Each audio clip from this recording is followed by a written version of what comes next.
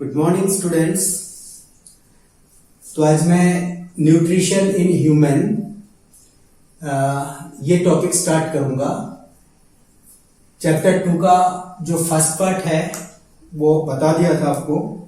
Chapter 2 का ये second part है, सेकेंड वीडियो है चैप्टर 2 का। तो मैं लिख देता हूं यहां पे पार्ट 2। तो न्यूट्रिशन इन ह्यूमन ये समझने के लिए जिस पाथ में खाना ट्रैवल करते हैं उस पाथ के बारे में जानना जरूरी है। तो इस पाथ को क्या कहते हैं? Alimentary canal. इसका डेफिनेशन पूछा जा सकता है, व्हाट इज एलिमेंट्री कैनल। तो इसका डेफिनेशन में आपको ये बताना है, द लॉन्ग मस्कुलर पाथ और tube through which the food travels inside our body to provide nutrients is called alimentary canal। तो ये एक लॉन्ग पाथ होता है, हमारे मुंह से स्टार्ट होता है और एनस में खत्म होता है। ये जो लॉन्ग पाथ है, इस लॉन्ग पाथ को ही एलिमेंट्री कैनल कहते हैं। It is started from mouth and ended at the anus and the chemical process which takes place inside the alimentary canal to break down food into its simplest form is known as digestion। तो digestion ये पूरे जो activity है step by step, तो उनका एक step होता है। हम जो खाना खाते हैं, खाना खाने के बाद उसका डाइजेशन होता है। तो डाइजेशन का डेफिनेशन हमने दे दिया यहाँ पे। तो स्टेप्स ऑफ डाइजेशन जब यहाँ पे समझाऊंगा तो डाइजेशन का डेफिनेशन आप इस जगह से ही कर लेना, ओके। क्योंकि बोर्ड में आप देख रहे हो जगह बहुत कम है, तो और इसलिए डाइजेशन को अलग से डिफाइन यहाँ पे नहीं किया गया है। तो स्टेप्स ऑफ डाइजेशन, डाइजेशन कैसे होते हैं? ऐसा तो नहीं होगा जो पेट में खाना चला गया और अपने आप डाइजेस्ट हो गया, तो ऐसा तो नहीं होगा। क्योंकि पेट के अंदर क्या होता है, स्टेप बाय स्टेप कुछ एंजाइम्स निकलते हैं, कुछ केमिकल्स होते हैं। ये एंजाइम्स कुछ ग्लैंड से निकलते हैं और वो जो केमिकल्स हैं वो फूड के साथ उसका रिएक्शन होता है और उस रिएक्शन से वो फूड धीरे धीरे छोटे छोटे पार्ट में, छोटे छोटे मॉलिक्यूल्स में डिवाइड होता है और इसी को ही हम डाइजेशन कहते हैं। तो स्टेप्स ऑफ डाइजेशन, सबसे पहला स्टेप क्या है? इंजेशन। इंजेशन का मतलब क्या होता है? The process of intaking food in the mouth. जिस प्रोसेस से हम खाना को मुंह में डालते हैं उसको हम क्या कहते हैं? इंजेशन कहते हैं। तो इंजेशन के टाइम हम खाना को क्या करते हैं? चबाते हैं। तो उस टाइम हमारे मुंह में क्या होता है? एक सैलिवरी ग्लैंड होता है। वो सैलिवरी ग्लैंड उस टाइम एक सैलिवरी अमाइलेज नाम का केमिकल छोड़ता है, जिनको एंजाइम्स कहते हैं, सैलिवरी अमाइलेज एंजाइम। वो एंजाइम स्टार्च के साथ रिएक्शन करके उनको पार्शियली डाइजेस्ट करते हैं। पूरा डाइजेस्ट तो हमारे मुंह में नहीं होता है, उनको पार्टली डाइजेस्ट करके स्टार्च को शुगर मॉलिक्यूल्स में चेंज करते हैं। इसलिए आप देखोगे रोटी जब हम खाते हैं शुरू में तो उनका कोई टेस्ट महसूस नहीं होता है। थोड़ी देर तक चबाने के बाद देखोगे थोड़ा मीठापन महसूस होता है। तो उस टाइम क्या होता है? उस टाइम में वो थोड़ा बहुत डाइजेस्ट हो जाता है, ओके।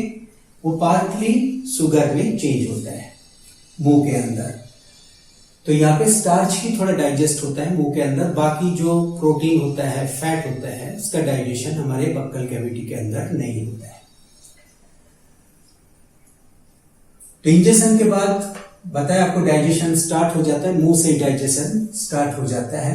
तो डाइजेशन का डेफिनेशन यहां से कर लेना। तो digestion of food occurs in presence of some chemicals are known as enzymes. इस एंजाइम का डेफिनेशन भी आप यहां से कर लेना। जो केमिकल्स फूड को डाइजेस्ट करने के लिए मदद करते हैं, मीन्स बड़े बड़े मॉलिक्यूल्स को छोटे छोटे मॉलिक्यूल्स में चेंज करने में मदद करते हैं, उस केमिकल्स को कहते हैं एंजाइम्स। नेक्स्ट क्या होता है, जब छोटे छोटे मॉलिक्यूल्स में चेंज होता है तब होता है एब्जॉर्प्शन।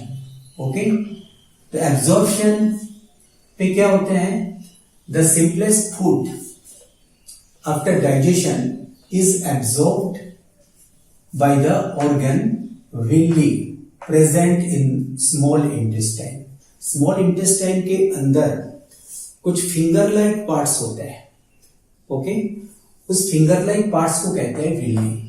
तो ये जो विल्ली ऑर्गन है इंटेस्टाइन के अंदर, स्मॉल इंटेस्टाइन में, वो छोटे छोटे मॉलिक्यूल्स में जो चेंज होते हैं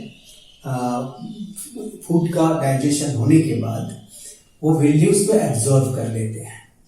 ओके, तो इस प्रोसेस को ही हम क्या बोलेंगे, एब्जॉर्प्शन। एब्जॉर्प्शन मतलब अवशोषित होना।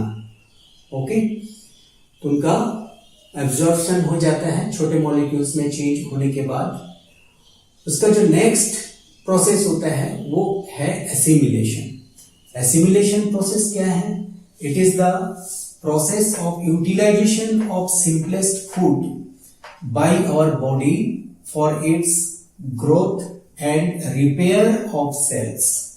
जो खाना हम खाते हैं, खाना का डाइजेशन होता है, डाइजेशन होने के बाद क्या होता है, उसका एब्जॉर्प्शन होता है। एब्जॉर्प्शन होने के बाद क्या होता है, खाना से जो छोटे छोटे मॉलिक्यूल्स आफ्टर डाइजेशन बनते हैं वो हमारे ब्लड स्ट्रीम में आते हैं। ब्लड स्ट्रीम्स उनको सेल टू सेल पहुंचा देते हैं। तो सेल्स में जाने के बाद क्या होता है, वहां पे सेल्स का ग्रोथ होता है, मीन्स हमारे बॉडी का ग्रोथ होता है और हमारे बॉडी पार्ट्स में वो चेंज होता है। ओके, उसके बाद कुछ वेस्ट प्रोडक्ट रह जाते हैं। 100% तो एब्जॉर्ब हो नहीं सकते हैं। जैसे खाना के अंदर जो रफेज हम खाते हैं, रफेज उसका डाइजेशन नहीं होता है। वो बहुत बड़े बड़े मॉलिक्यूल्स होते हैं, उसको डाइजेस्ट करने के लिए हमारे बॉडी के अंदर एंजाइम्स नहीं होते हैं। वो खाना को पचाने में मदद करता है लेकिन खुद का डाइजेशन नहीं होता है। तो उससे कुछ वेस्ट प्रोडक्ट बन जाता है। तो वेस्ट प्रोडक्ट को बाहर निकालने का जो प्रोसेस होता है उसको हम कहते हैं इजेशन। तो it is the process of throwing out of undigested food from the alimentary canal. Alimentary canal के अंदर जो कुछ वेस्ट प्रोडक्ट बन जाते हैं, उस वेस्ट प्रोडक्ट को बाहर निकालने का जो प्रोसेस होता है उसको इजेशन कहते हैं। Components of alimentary canal. Alimentary canal जो होते हैं, जो पाथ होते हैं, इसका जो डिफरेंट पार्ट्स होता है या कंपोनेंट्स होता है। फर्स्ट बताया आपको, बक्कल कैविटी में फूड हम डालते हैं, फिर वो फूड पाइप या इसोफेगस। यहाँ पे देखो एक छोटा फॉर्म में digestive system of human beings बनाया गया है। इसको एनलार्ज्ड फॉर्म में भी दिखाया जाएगा आपको। और साथ साथ एक डाइजेस्टिव सिस्टम का एक जीआईएफ भी छोड़ा गया है, उसमें फूड का मूवमेंट भी दिखाया गया है। उनको एक बार अच्छा से देख लेना, फिर ये जो टॉपिक है ये बहुत अच्छा से समझ आ जाएगा। तो यहाँ पे एलिमेंट्री कैनल का जो पार्ट्स होता है, पहले मैं यहां से समझा देता हूं। First buccal cavity, second food pipe या इसोफेगस। इसोफेगस से कहां पे आते हैं, यहाँ पे स्टोमक के अंदर आता है। स्टोमक से यहाँ पे स्मॉल इंटेस्टाइन में आता है। ओके, स्मॉल इंटेस्टाइन से फिर वो लार्ज इंटेस्टाइन में आता है। लार्ज इंटेस्टाइन में एक्चुअली जो वेस्ट प्रोडक्ट होता है वो वेस्ट प्रोडक्ट आता है। एक्चुअली डाइजेशन और एब्जॉर्प्शन का काम ये जो स्मॉल इंटेस्टाइन दिखाया गया है, इस स्मॉल इंटेस्टिनल पार्ट में ही ये कंप्लीट हो जाता है। और वेस्ट प्रोडक्ट को ये जो लार्ज इंटेस्टाइन है, लार्ज इंटेस्टाइन में डाला जाता है। ओके, तो large intestine is full of waste product from food. फिर वहां से कहां पे आता है, रेक्टम में आता है। रेक्टम से फिर वो वेस्ट प्रोडक्ट एनस के जरिए वो बाहर चला जाता है। यहां पे एक छोटा सा पार्ट आप देख रहे हो जिसको कहते हैं अपेंडिक्स। अपेंडिक्स एक्चुअली ये हमारे बॉडी में कोई काम नहीं करता है। पहले काम करता था जब इंसान जंगलों में रहते थे और सेलुलोजिक फूड ज्यादा खाते थे। उस टाइम लार्ज इंटेस्टाइन में भी कुछ पार्ट डाइजेस्ट होता था, जो सेलुलोजिक पार्ट है। तो जो बफेलोज है, काउज है, उसमें अपेंडिक्स आज भी एक्टिव है, लेकिन ह्यूमन बींग्स में ये अपेंडिक्स एक वेस्टिजियल ऑर्गन है, मतलब इनएक्टिव ऑर्गन है। अपेंडिक्स का कोई फंक्शन हमारे बॉडी में नहीं है। ओके, तो यही है आपके डाइजेस्टिव सिस्टम। तो ये एक बार देख लेना, चाहो तो आप इसको एनलार्ज करके नोट्स फॉर्म में भी लिख सकते हो।